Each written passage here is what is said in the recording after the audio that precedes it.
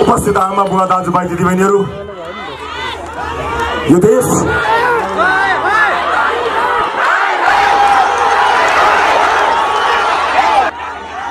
हिजो तपाईले बाल्नु भएको बत्तीलाई निभाउने प्रयास भयो। अब त्यो बत्ती ननिभोस्, अब यो बत्ती ननिभोस्। नेपाली जनताले हिजो बालेको बत्तीलाई निभाउने कोसिस भयो। प्रिय आमा बुवा दाजुभाइ दिदीबहिनीहरू, यो बत्ती हरेक ठाउँबाट बलोस्, कोणबाट बलोस्, ठाउँबाट बलोस्। अब यो बत्ती 5 वर्ष निरन्तर बल्नेछ। यो बत्ती निभ्न दिने छैनौं हामी, यो बत्तीलाई निरन्तर बाल्नेछौं। यही बत्तीको उज्यालो बोकेर यो देशको उज्यालो भविष्य लेख्न अगाडि बढेका छौं। यही बत्तीको सहारामा यही बत्ती निरन्तर 5 वर्ष बाल्नु होला। वडादेखि केन्द्रसम्म घण्टी बाघहरूलाई लिएर गएर भ्रष्टाचारीको मनमा ढ्याङ्ग बजाउनका लागि घण्टी बजाउनेछौं। यही बत्तीको उज्यालोबाट देशलाई 30 वर्षसम्म हतियारमा राख्नेहरूले, देशलाई 30 वर्षसम्म हतियारमा राख्नेहरूले पारेको यो अन्यारो चिर्न यसै गरी बत्ती बाल्नु होला। अब 5 वर्षमा हामी आफ्नै सरकार सकेसम्म 2/3 बनाउनको लागि अगाडि बढ्नेछौं। यही बत्ती निरन्तर बाल्नु होला, निभ्न नदिनु होला, कहिले पनि निभ्न नदिनु होला। उपस्थित आमा बुवा दाजुभाइ दिदीबहिनीहरू, म कुन परिस्थितिबाट गुज्रिएर यहाँ आएको छु तपाईले देख्नु भएको छ। निरन्तरको घेराबन्दी, निरन्तरका विभिन्न किसिमका षड्यन्त्रहरूको सामना म गरिरहेको छु। तर मैले खुट्टा कमाएको छैन, मैले छाती दरो राखेको छु, मुटु दरो गरी समातेको छु। किनकि जसको साथमा आम नेपाली दाजुभाइ दिदीबहिनीहरूको माया र विश्वास हुन्छ, जसको शिरमा यो देशका बाआमाको सबभन्दा बढी आशीर्वाद हुन्छ, त्यसले कहिले पनि पीर मान्नु पर्दैन। पीर त अब तिनीहरूले मान्ने हो जसले तपाईलाई जीवनभर पीर दिए। पीर अब हामीले मान्ने होइनौ। उपस्थित आमा बुवा दाजुभाइ दिदीबहिनीहरू, यहाँ हामीमाथि भएका विभिन्न लान्छनाहरू तपाईले सुन्दै आउनु भएको छ। मैले आफ्नो कमजोरीलाई स्वीकार गरेको छु। हुन सक्ला मेरो कागजमा, मेरा प्रक्रियामा खोट थिए होलान्, तर सार्वभौम तपाईँ जनताको भोटमा एउटा पनि खोट थिएन। त्यो भोट तपाईले हाल्नु भएको हो, त्यो भोट अहिले पनि त्यहाँ बन्द भएर बसेको छ। उपस्थित आमा बुवा दाजुभाइ दिदीबहिनीहरू, मलाई कसैले भन्दै आएका छन् कि यो उपनिर्वाचन खर्चिलो भयो, यसले गर्दाखेरि उपनिर्वाचन हुनु गयो, यसको जिम्मेवार यही मान्छे छ भनेर। म 12 मा भएको उपनिर्वाचनको बारेमा कुरा गर्न चाहन्छु। एउटा सांसदलाई उपराष्ट्रपति बनाएर हारेको अर्को सांसदलाई त्यही ठाउँमा लाने खर्च चाहिँ कसले बेहोर्छ? त्यो चाहिँ खर्च हो, कसका लागि गरिएको खर्च हो त्यो? म त्यही भन्न चाहन्छु। उपस्थित आमा बुवा दाजुभाइ दिदीबहिनीहरू, यदि यो निर्वाचनमा मेरा कारणले भएको खर्च रहेछ भने त्यसको 100 गुणा बढी म यो देशका भ्रष्टाचारीहरूलाई समातेर तिर्नेछु। यो कुरामा तपाईँ निर्धक्क हुनु होला। मैले जिम्मा लिनुपर्छ भने ठिक छ, मैले जिम्मा लिनुपर्छ भने पाइको हिसाब नेपाली जनतालाई बुझाउँछु। तर म असुल यो देशलाई चुस्ने भ्रष्टहरूको खल्तीबाट, घरबाट, बैंक खाताबाट निकालेर गर्नेछु। त्यसको असुली म तिर्छु। म लिन्छु जिम्मा, मेरो पार्टीले लिन्छ जिम्मा। ल आउनुहोस्, हिसाब गरौँ, एक पैसाको हिसाब गरौँ यो निर्वाचनको। म ब्याज सहित नेपाली जनतालाई तिर्न तयार छु। तर त्यो पैसा यो देश लुट्नेहरूको खाताबाट, यो देश लुट्नेहरूको खल्तीबाट हामी निकाल्नेछौँ। केही थप कुरा भन्न चाहन्छु। कतिपय घरबारविहीन सुकुम्बासी दाजुभाइ दिदीबहिनीहरू मलाई भन्नुहुन्छ, हामीलाई उठीवास लगाउनुहुन्छ कि हामीलाई आएर भन्ने गर्छन् तपाईले चाहिँ गरिबको घरमा डोजर चलाउनुहुन्छ रे भनेर मलाई भन्ने गर्नुहुन्छ। म उहाँहरूलाई यहाँबाट भन्न चाहन्छु, हामी सबैभन्दा पहिला भ्रष्टाचारीको महलमा आँखा लगाइरहेका छौँ, गरिबको बस्तीमा होइन। यदि भत्किन्छ भने पहिला भ्रष्टाचारको महल भत्किन्छ, त्यसपछि मात्र कसैले गरिबको बस्तीमा आँखा लगाओस्, नत्र गरिबको बस्तीमा आँखा लाग्दैन। भ्रष्टाचारको महलमा पहिला आँखा लाग्छ। अनि कयौं ठाउँमा गएर कसैले कुनै धर्मका विरोधी हुन्, यो धर्मका नाममा आएका हुन्, कोही भन्छन् विदेशको धर्म प्रचार गर्न आएका हुन्, कोही भन्छन् होइन यहाँको धर्म लिएर आएका हुन् भनेका छन्। हाम्रो एउटै धर्म छ, हाम्रो एउटै धर्म छ कि हामी धर्मका नाममा राजनीति गर्दैनौँ, त्यही नै हाम्रो धर्म हो।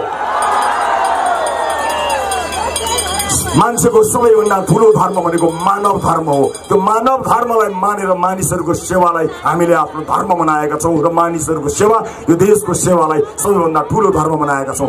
तपाईँ आफ्नो धर्म मान्नुहोस्, म आफ्नो धर्म मान्नेछु। हामी एकअर्काको धर्मको सम्मान गर्छौँ, इज्जत गर्छौँ। हामी एकअर्काप्रति वैमनस्यता कायम गर्दैनौँ। यही नै हाम्रो धर्म रहेको छ। तपाईँ गुम्बा जानुहोस्, तपाईँ चर्च जानुहोस्, तपाईँ मस्जिद जानुहोस्, म मन्दिर जान्छु। तपाईँ आफ्ना भगवानहरूलाई पुज्नुहोस्, म आफ्ना भगवानलाई पुज्छु। तर हाम्रो साझा धर्म भनेको जनताको सेवा हो। धर्मका नाममा विभाजन गरेर राजनीति गर्ने उद्देश्य छैन। त्यसकारणले कोही पनि भ्रममा नपर्नु होला, कोही पनि नआत्तिनु होला। राज्य कोषको दुरुपयोग गरेर देशका प्रधानमन्त्रीदेखि लाइन लागेर जसरी हिँडेका छन्, यसले निर्वाचन स्वस्थ हुन्छ भन्ने कुरामा शंका उत्पन्न गराएको छ। हामीलाई शंका छ। डाक्टर स्वर्णिम वाग्लेले भने जस्तै अन्तर्राष्ट्रिय समुदाय र नेपालका सम्पूर्ण महानुभावहरू जो संघ संस्थाहरू हुनुहुन्छ, उहाँहरूलाई चनाखो भइदिनु हुनको लागि म अपिल गर्न चाहन्छु र सरकारलाई खबरदारी गर्न चाहन्छु। एउटा मान्छेलाई जितायो भने मन्त्री बनाइदिन्छु भनेर जानुभएको छ अरे प्रधानमन्त्रीज्यू। उहाँले तपाईँले दिनुभएको अफरलाई नेपाली जनताले कसरी लिए मलाई थाहा छैन, तर हाम्रा उम्मेदवारहरूलाई जिताउनु भयो भने चाहिँ हामी यो देश बनाउँछौँ भनेर हामी हिँडेका छौँ। त्यसैले जिताउने हाम्रा उम्मेदवारलाई हो, अरू कसैलाई होइन। खबरदार, जनताले हालेको मतमा कसैले आँखा गाडेछ भने नेपाली जनताले निगरानी गर्नेछन्। खबरदार, एउटा युग पुरेर आएको यो आवाज हो, यो नीलो क्रान्ति हो, यो एउटा युग पुरेर आएको क्रान्ति हो। नेपाली जनताले मतपत्रमा आफ्नो मत मात्र खसालेका हुँदैनन्, यो देशको भविष्य खसालेका छन्। नेपाली जनताको भविष्यमा आँखा लगाउलौ। खबरदार, खबरदार, नेपाली जनताको मतमा आँखा लगाउलौ। आज यो निर्वाचनले दिने सन्देशले यो देशका परिवर्तनको सुरुवात भएको जानकारी गराउनेछ। उपस्थित आमा बुवा दाजुभाइ दिदीबहिनीहरू, तनहुँ 1 मा केवल स्वर्णिम वाग्लेले मात्र जित्दैनन्, 12-2 मा केवल रमेश खरेलले मात्र जित्दैनन्। त्यस्ता कयौं रमेश खरेलहरू र स्वर्णिम वाग्लेहरू अब चाहिँ राजनीतिमा हामी पनि लाग्छौँ भनेर प्रतीक्षा गरेर बसेका छन्। तिनको आशा र भरोसालाई यसपटक जिताउनु पर्नेछ। मात्र रमेश खरेल, स्वर्णिम वाग्ले होइन, सयौं हजारौं स्वर्णिम वाग्ले र रमेश खरेलहरू राजनीतिमा आउनका लागि घण्टी बजाउन तयार भएका छन्। यसपटक तिनलाई जिताउने हो, त्यसको लागि तयार हुनु। आज आमाको मुख हेर्ने दिन, म सधैँ आमाको मुख हेर्ने दिनमा आफ्नो सामाजिक सञ्जालमा आफ्नी आमाको तस्बिर हाल्ने गरेको थिएँ। तर आज मैले सिधै यहीँ आएर आमाको अनुहार हेर्ने विचार गरेको छु। मेरा धेरै आमाहरू यहाँ हुनुहुन्छ, सबै आमाहरूलाई मेरो नमन छ। बाल्यकालमा आमा बुवा गुमाएको मान्छे, मलाई चितवनले कहिले पनि आमा बुवा नभएको मान्छे महसुस हुन दिएन। चितवन टेक्ने बित्तिकै पाएको वात्सल्य म कहिल्यै पनि बिर्सने छैन। र मैले पाएको यो माया मैले एकलौटी प्रयोग गरेँ भने मलाई पाप लाग्छ, मलाई श्राप लाग्छ। किनकि एउटा व्यक्तिलाई गरेको माया होइन। यसै पनि एउटा मान्छेले यति धेरै माया सँगाल्न सक्दैन, सम्हाल्न सक्दैन। त्यसैले तपाईँले गर्नुभएको यो माया म यो सिङ्गो देशलाई बाँड्न चाहन्छु, सिङ्गो समाजलाई बाँड्न चाहन्छु, भाइ वर्ग सबैलाई बाँड्न चाहन्छु। तपाईँले दिनुभएको माया ती तमाम आमाहरूमा बाँड्न चाहन्छु जो आज पनि अन्यायमा परिरहेका छन्, पीडामा परिरहेका छन्। तमाम दिदीबहिनीहरूलाई बाँड्न चाहन्छु जो विभेदमा परिरहेका छन्, जसलाई न्यायको खोजी भइरहेको छ। मैले कता कता सुनेको थिएँ, कोही मानिसहरू सोध्दैछन् कि भोट कहाँबाट वर्षिन्छ, आकाशबाट वर्षिन्छ भन्ने मैले सुनेको थिएँ। हो, यो आकाशबाटै वर्षिएको भोट हो। किनकि 30-32 वर्षको शासनले आकाशबाट उडाएर नेपाली जनतालाई विदेशमा पठायो र हामीले आकाशबाट उडाएर त्यहाँ भएका आकाशबाटै उडाएर उहाँहरूको उद्धार गर्यौं र आकाशबाट यहाँ न्याय गर्नका लागि विदेशका गल्ली गल्लीबाट नेपाली दाजुभाइलाई बचाएर ल्यायौं, चेलीबेटीलाई आकाशबाट बचाएर ल्यायौं। हो, भोट त्यही आकाशबाट फर्कन्छ जहाँबाट फोन गरेर विदेशमा अलपत्र विदेशमा काम गरिरहनुभएका दाजुभाइ दिदीबहिनीहरू नेपालमा भएका मानिसहरूलाई आकाशबाटै भनिरहनु भएको छ कि भोट चाहिँ घन्टीमै हाल्नु होला भनिरहनु भएको छ। त्यही आकाशबाट भोट फर्कन्छ। मैले कसैको आलोचना गर्न चाहेको छैन र मैले कुनै पार्टी विशेष या कुनै नेता विशेषको नाम लिएर मैले यसभन्दा अगाडिको मनोनयन दर्तापछि केही भनेको पनि छैन, मलाई केही भन्नु पनि छैन। मलाई त धन्यवाद दिनु छ। मलाई त धन्यवाद दिनु छ उहाँहरूलाई, जसले गर्दा हामी जस्तो पार्टीको उदय भयो। यदि उहाँहरूले सुशासनको प्रत्याभूति दिएको भए या झुक्याएको भए हाम्रो आगमन हुने नै थिएन। उहाँहरूका कारणले गर्दा हामी आउन पायौँ। यो व्यवस्था परिवर्तनमा उहाँले दिनुभएको योगदानका लागि हामीले धन्यवाद दिनै पर्छ।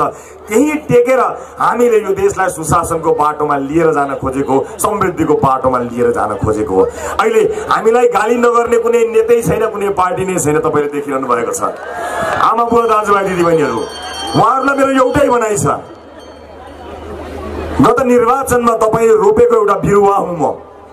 गत निर्वाचनमा तपाईँले आफैले रोपेको बिरुवा हुँ म, र बिरुवालाई हुर्काउनलाई मलहरू चाहिन्छ। त्यसकारणले ती मलहरू त्यो बिरुवामा हाल्नेछु र राम्रो बिरुवा हुर्काउनमा मद्दत गर्नेछु। ती गालीहरू सबै त्यो मलका रूपमा प्रयोग हुनेछन्, फोहोरका रूपमा प्रयोग हुनेछन्। जति पनि फोहोरी आलोचनाहरू छन् तिनलाई त्यो फोहोरलाई मोहर बनाएर यो बिरुवा चितवनले हुर्काउनेछ अनि यो बिरुवामा फल लाग्नेछ। यी सम्पूर्ण गालीहरूलाई सङ्कलन गरेका छौँ हामीले र त्यो फोहोरलाई मल बनाएर प्रयोग गर्नेछौँ। यसपटक मल त उहाँहरूले हालिसक्नु भएको छ, जल चाहिँ तपाईँहरूले हाल्नुपर्नेछ। किनकि यो बिरुवा तपाईँले रोपेको बिरुवा हो। तपाईँले रोपेको यो बिरुवामा तपाईँले जल हाल्नुपर्ने बेला आएको छ। त्यसैले म सम्पूर्ण उपस्थित आमा बुवा दाजुभाइ दिदीबहिनीहरूलाई यति भन्नका लागि आएको छु। म अलिकति आफ्नो पृष्ठभूमि बताउँछु।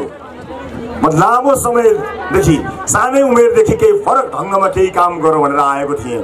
म टेलिभिजनमा एउटा कार्यक्रम गर्थेँ सन् 2002 मा। राम्रो कार्यक्रम गर्थेँ, तर त्यहाँ पनि घेराबन्दीमा परे, मलाई पत्याएनन्। म निराश भएर विदेश गएँ। म फर्किएर विश्व कीर्तिमान राखेँ, मलाई पत्याएनन्। म निराश भएर फेरि फर्किएँ, उतै जान्छु, अब आउँदिनँ भनेर चित्त दुखाएँ। म फेरि फर्किएँ, टेलिभिजनमा काम गर्न थालेँ, जनताका मुद्दाहरू उठाएँ, उनीहरूले पत्याएनन्। अनेक किसिमका हत्कण्डाहरू लगाउन थाले।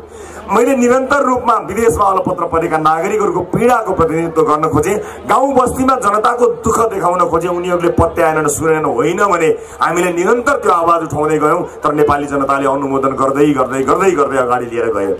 झुटा मुद्दामा म यहीँनिर थुनिएँ, ऊ यहीँनिर, त्यहीँनिर म थुनिएँ र यहीँ बसेर तपाईँले मेरो न्यायको लागि आवाज उठाउनु भयो र मैले भन्न सुरु गरेँ कि कसैलाई न्याय चाहिन्छ भने आजको युगमा चितवन जानु। म न्याय माग्न आउने मान्छेहरूलाई अनुरोध गर्न चाहन्छु। हिजो यही चोकमा उभिएर चितवनले न्याय गरेको छोरो हुँ म। अब चितवनले एउटा व्यक्तिलाई होइन, यो देशलाई न्याय गर्नेछ। फेरि चितवन आएको छु म आफ्नो न्यायका लागि मात्र आएको होइन, देशको न्यायका लागि चितवन आएको छु र मलाई विश्वास छ चितवनले देशलाई न्याय गर्नेछ। यो जनसमुदाय, यो अपार जनसागर यो एउटा व्यक्ति जिताउन आएको हुँदै होइन, यो त एउटा युगलाई जिताउन आएको। मलाई विश्वास छ चितवनले अब यो परिवर्तनको घन्टी बजाउनेछ।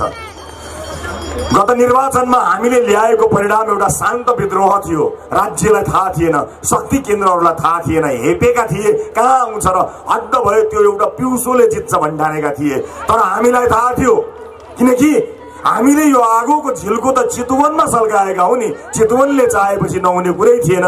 परिणाम आयो, अहिले राज्यले थाहा पाएको छ। अहिले राज्यले थाहा पाएका कारणले अहिले उनीहरूका सबै मुद्दा मिले। कुनै अर्को दलले अर्को दललाई केही भन्दैन, मात्र हामीलाई गाली गलौज गरिरहेका छन्, हाम्रो आलोचना गरिरहेका छन्। हाम्रा विरुद्ध अहिले हरेक घरमा नेताहरूको लाइन लागेको छ अरे। अहिले भन्दैछन् रे तपाईँलाई मर्दा पर्दा हामी चाहिन्छ, पार्टी चाहिन्छ, भोलि पार्टीले हेर्छ भनेर तपाईँलाई भनेका छन् रे। अहिले तपाईँको घर घरमा कोठा कोठामा आएर फकाउनेहरूलाई मेरो प्रश्न छ, तपाईँका छोराछोरीहरू काम खोज्न विदेश जानुपर्दा रुँदै गर्दा उनीहरू म छु भन्न आएनन्, कोही पनि आएनन्। तपाईँहरूलाई विभिन्न लोभ देखाएर जाली तमसुकमा हस्ताक्षर गर्न लगाएर ऋणको भारमा पार्दा चिन्ता नगर, त्यस्ता जाली तमसुक हामी च्याप्छौँ भन्न आएनन्। किनकि अहिले त भोट चाहिएको छ। तपाईँको आँसु पुछ्ने त्यो साहस पनि थिएन उनीहरूसँग, त्यसका लागि उनीहरू आएका पनि थिएन। अहिले भनिरहेका छन् तपाईँलाई कि आफ्नो पार्टी चाहिन्छ, त्यसलाई नहाल, त्यहाँ भोट नहाल। हामी भन्छौँ उनीहरूलाई हराउनु पर्दैन, हामीलाई जिताए पुग्छ। उनीहरू भन्छन् यिनीहरूलाई हराउनु पर्नेछ। यो जित नेपाली जनतालाई जिताउने जित हो। यो जो लडाईँ नेपाली जनतालाई जिताउने लडाईँ हो। त्यसैले हामी आफू जित्नका लागि आएका होइनौँ, तपाईँलाई जिताउनका लागि आएका हौँ। उपस्थित आमा बुवा दाजुभाइ दिदीबहिनीहरू, मैले प्रसङ्ग कोट्याउनै पर्छ कि मनमा भएको भगवान मनमा भएको हरि सम्झेर भोट हाल्ने बेलामा हेर्नु होला भनेर तपाईहरुलाई अलिकति भावनात्मक रूपमा पनि भनिएछ। म पनि त्यही भन्छु, त्यही मनमा भएको हरि सम्झिनु होला। 32 वर्षसम्म तपाईलाई गरिब कसले बनायो त्यही हरि सम्झेर भोट हाल्नु होला, त्यही हरि सम्झेर भोट हाल्नु होला, जसका कारणले आज यो देशका युवाहरू मरुभूमिमा पसिना बगाइरहेका छन् र भनिरहेका छन् भोट घण्टीमा त्यही हरिलाई सम्झेर जसले पठायो भोट हाल्नु होला, त्यही हरिलाई सम्झेर भोट हाल्नु अनुरोध गर्न चाहन्छु। आज किसानको आँखामा आँसुका धारा बगाइएको छ, त्यो कसले बनायो त्यही हरिलाई सम्झेर भोट हाल्ने बेलामा भन्नु होला यो 30-32 वर्षमा कसले बनायो यहाँलाई भन्नु होला। आज हत्तपत्त बाटा घाटा पुलहरू बन्दैनन्, बने पनि कमिसनको चक्करमा 1-2 वर्षमा बन्द हुन्छन्। कमिसनको जालोभित्र यो देशको अर्थतन्त्रलाई खोक्रो कसले बनायो त्यही जानेर त्यही हरि सम्झेर घण्टीमा भोट हाल्नु होला, अरू केही सम्झेर पर्दैन। पाप र धर्मको कुरा गर्ने हो भने आमा बुवा दाजुभाइ दिदीबहिनीहरू, पाप र धर्मको यदि चिन्ता कसैलाई हुन्थ्यो भने देशको यस्तो दुर्दशा हुने थिएन। आज राज्य शक्ति एउटा भर्खर जन्मिएको पार्टी विरुद्ध एकजुट भएर खडा भएको छ। मलाई आश्चर्य लागेको छ किन यति धेरै आत्तिएका होलान्, किन यति धेरै तर्सिएका होलान्। त्यसमाथि आफूमाथि भएको निरन्तरको खेदो म अहिले सम्झिरहेको छु। हुन पनि हो, नेपालको संसदमा बहालवाला गृहमन्त्रीले कुनै पनि कालखण्डको भ्रष्टाचारको फाइल खोल्छु खुट्टा डर टेकेको छु भनेर कहिले भनेको थिएन, अनि नआत्तिएर के गरौँ त, त्यस कारणले आत्तिएका छन्। तर हामी कसैको विरोध गर्नका लागि होइन, हामी कसैको विरोध गरेर राजनीतिक यात्रामा अगाडि बढ्न खोजेका होइनौँ, व्यथितिको विरोधमा आएका हौँ। अहिले पनि कुनै पनि राजनीतिक दलप्रति मेरो कुनै पनि दुर्भाव छैन। ती राजनीतिक दलहरूका ती महान नेताहरूलाई म सम्झन चाहन्छु जसको आदर्शले गर्दा तपाईँ त्यस दलमा लाग्नु भएको हो। मलाई थाहा छ हिजो तपाईँले कुनै पनि दलको सदस्यता लिइरहँदा तपाईँले सम्झिनु भएको, तपाईँले कांग्रेसको सदस्यता लिनुभएको भने तपाईँले सम्झिनु भएको बीपी र सुवर्ण शमशेरहरूको पार्टी थियो, त्यसकारण तपाईँ यस पार्टीमा लाग्नु भएको हो। तपाईँ कम्युनिस्ट पार्टीमा लाग्नु भएको हो भने तपाईँले सम्झिएका नेताहरू पुष्पलालहरू थिए, मनमोहन अधिकारीहरू थिए, मदन भण्डारीहरू थिए। ती महान मानिसहरूप्रति मेरो आत्मैदेखिको श्रद्धा छ, उहाँहरूप्रति विश्वास छ, उहाँहरूप्रति आदर भाव छ। मैले कुनै पनि राजनीतिक दलको कटाक्ष नगरेको छु, न म गर्न चाहन्छु। आमा बुवा दाजुभाइ दिदीबहिनीहरू, यतिखेर यो देशलाई परिवर्तनको जबरजस्त आवाज चाहिएको छ। त्यसैका लागि हामीले संसदबाट सुरु गरेर घण्टी बजाएका थियौं। हामीले गत निर्वाचनमा 20 सिटको घण्टी के बजाएका थियौं, सबको मनमा ढ्याङ्ग्रो ठोकिएछ घण्टी बजाउँदाखेरि। आज अनेक हत्कण्डा बनाइएको छ, अनेक कुराहरू लगाइएको छ, जबरजस्त हामीलाई अनेक आरोपहरू लगाउने काम निरन्तर भइरहेको छ। भाग्यसँग पनि संघर्ष गरिरहनु परेको छ, विपक्षीहरूसँग पनि संघर्ष गर्नु परिरहेको छ। तर यो संघर्ष हामी जित्नेछौँ। तपाईको आडमा, तपाईको भरोसामा, तपाईको सहारामा यो संघर्ष हामी जित्नेछौँ। किनकि यो संघर्ष एउटा व्यक्ति बनाउनका लागि, एउटा व्यक्ति जिताउनका लागि गरिएको संघर्ष होइन, एउटा युगलाई जिताउनका लागि गरिएको संघर्ष हो। उपस्थित आमा बुवा दाजुभाइ दिदीबहिनीहरू, हामीले यो यात्रामा तपाईको साथ हिजो मागेका थियौं। हिजो तपाईले दिनुभएको साथको यसपटक हामीलाई निरन्तरता मात्र चाहिएको हो। त्यो निरन्तरताका लागि म यहाँलाई अनुरोध गर्न चाहन्छु। अब पनि तपाईलाई झुक्क्याउन, तपाईलाई तर्साउनको निमित्त मतदान केन्द्रमा अनेक चीज हुनेछ, झडप हुन सक्छ। त्यसकारणले तपाईलाई तर्साउने प्रयासहरू हुनेछन्। तपाईहरु आत्तिनु पर्ने जरुरी छैन। आधी हुरी जे आए पनि मतदान गर्न जानु होला, समयमै जानु होला, मतपेटिकाको रक्षा गर्नु होला, मतपेटिका हेर्नु होला, ठीक समयमा बिहानै मतदान केन्द्रमा जानु होला। म यहाँहरुलाई विनम्रतापूर्वक अनुरोध गर्न चाहन्छु।